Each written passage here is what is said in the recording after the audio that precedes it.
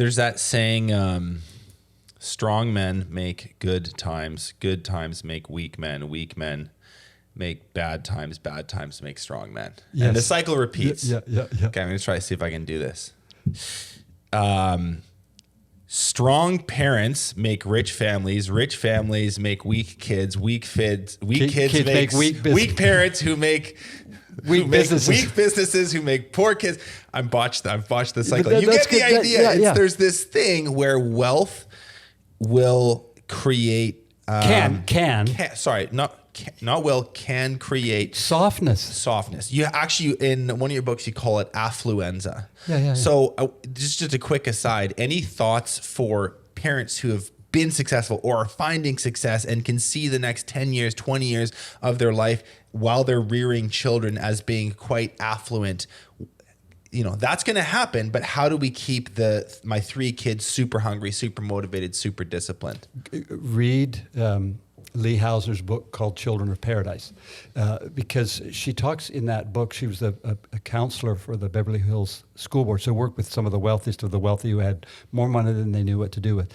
And she talked about how all of our children have 4 kinds of capital. They have financial capital. They may have very little. They may have a piggy bank. They have financial capital. They have human capital. They have intellectual capital, and they have social capital. And she says most parents of wealth use their financial capital to be generous to their children, and they destroy their kids' ability to grow their own financial, intellectual, social, and human capital. And she says, what should we do with our money? We should use it to help the next generation begin to build their own financial capital, as well as their own intellectual, social, and human capital. So, what does that mean? That means investing in their education as opposed to buying them cars. Mm-hmm. That means giving them opportunities to learn and grow rather than giving them opportunities to be pampered. Right? So it's a completely different mindset. I was chatting with a guy on Friday who took his company public, did really, really well in his business, and he noticed his kids were becoming affluent. Do you know what changed it? What? One of their children was born with autism. Interesting. Just like that. People had a sense to take a step back. So how do we do that? We can't ask everybody to adopt a child with special needs. But you know what we can do? We can take them to Mexico and have them help build a house. I've had the privilege of going 12 times now to Mexico. Can I just talk about 100%? We took we do those trips too here at BTA. So you're preaching to the choir. So we took our son when he was 16, and our son, he's heard me talk about this. Our son John was pretty unhappy in his high school. His 3 daughters. We had 3 daughters and a son. Went to Mexico to build a house. After building the house, on the way home, we took our van. On our way home, we stopped at In-N-Out Burger for something to eat. Are you resonating? So our son John gets in. We had a van with 3 rows of seats. My wife and I were in the front. Our 3 daughters in the middle. Our son was in the back of the van, as far away from mom and dad as he could possibly be.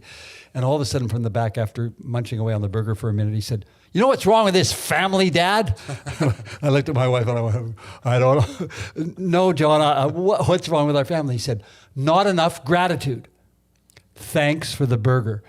And Benji, what I realized is it just took a few days in Mexico building a house for a family that had less than we did to help our son realize burgers don't grow on trees.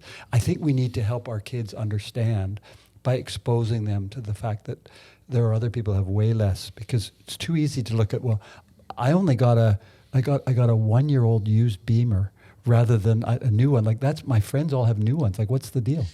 I find this whole topic really fascinating, and I'd love to know more about the psychology and what's going on there, because it's such a it backfires. Like there's one generation or a dad or a mom who just works their ass off for 30 years or 50 years, and they build something amazing, and it sort of soils so quickly. And I have friends, I've got family members, I have in my network, and I can obviously not going to name them, but I can see them in my mind, where it's like, man, like, your dad was crazy successful. What are you doing? Not a ton. Well, it's funny. When our son John was getting married, I remember we went out to Starbucks the last night. He was living at home.